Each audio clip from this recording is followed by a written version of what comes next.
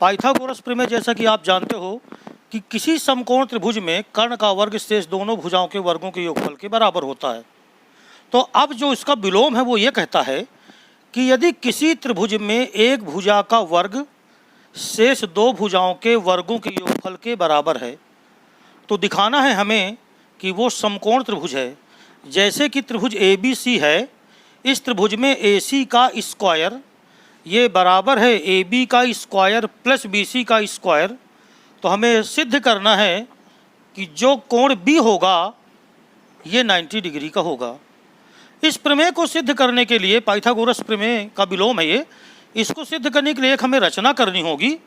और रचना में हमें क्या करना है कि हमें एक ऐसा त्रिभुज बनाना है जो समकोण हो और उसकी जो भुजा ए बी है वो एक के बराबर हो और जो सी बी भुजा है वो दूसरी भुजा के बराबर हो। यानी हम एक रचना करेंगे, रचना में समकोण त्रिभुज पी क्यू आर इस प्रकार बनाया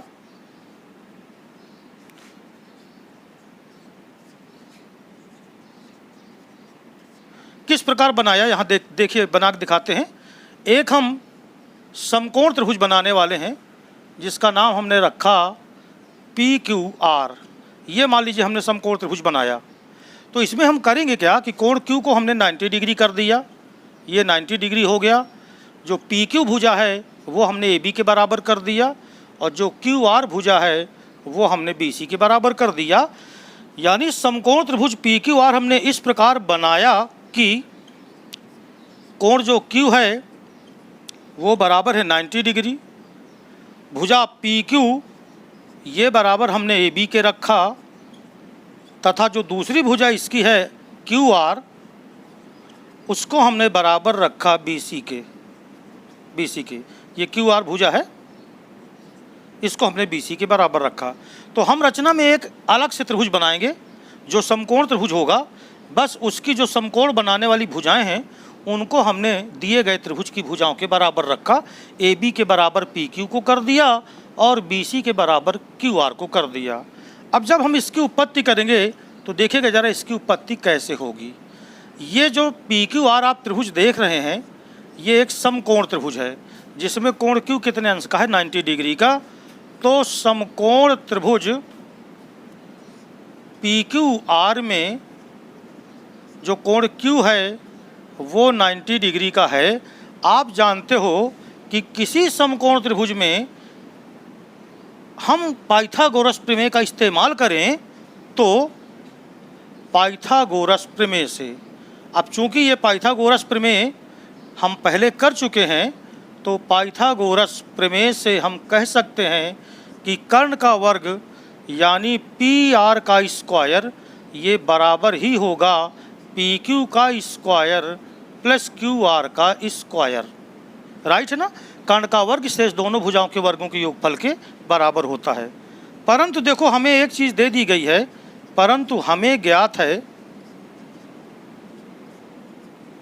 कि जो ए सी का स्क्वायर है ये बराबर है ए बी का स्क्वायर प्लस बी सी का स्क्वायर।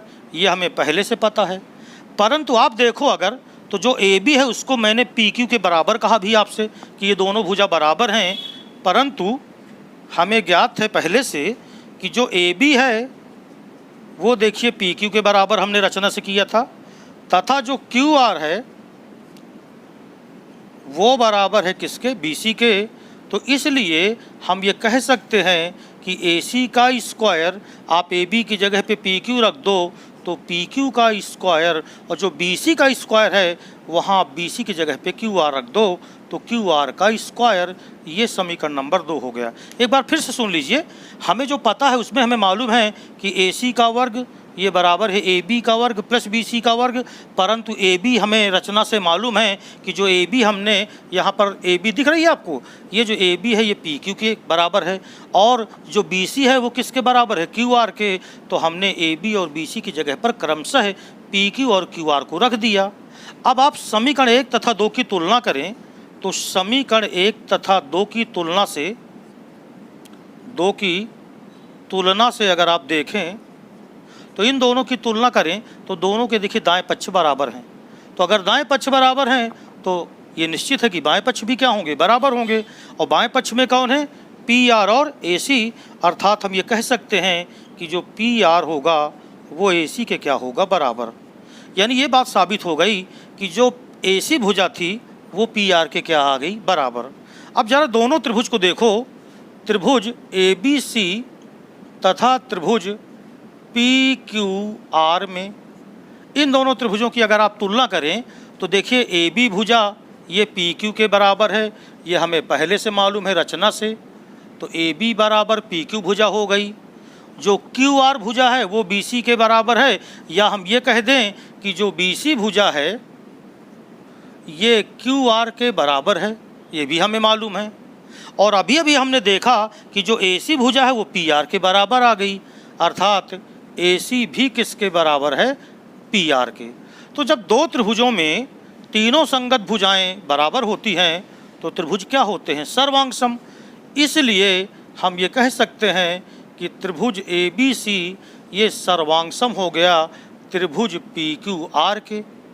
तो अगर दो त्रिभुज सर्वांग हमने कर दिया तो उनकी सभी संगत भुजाएं बराबर होती हैं और सभी संगत कोण बराबर। तो अगर ये दोनों त्रिभुज सर्वांग हैं तो जो कोण बी होगा वही कोण क्यू होगा, और कोण क्यू हमने 90 डिग्री बनाया हुआ है रचना में।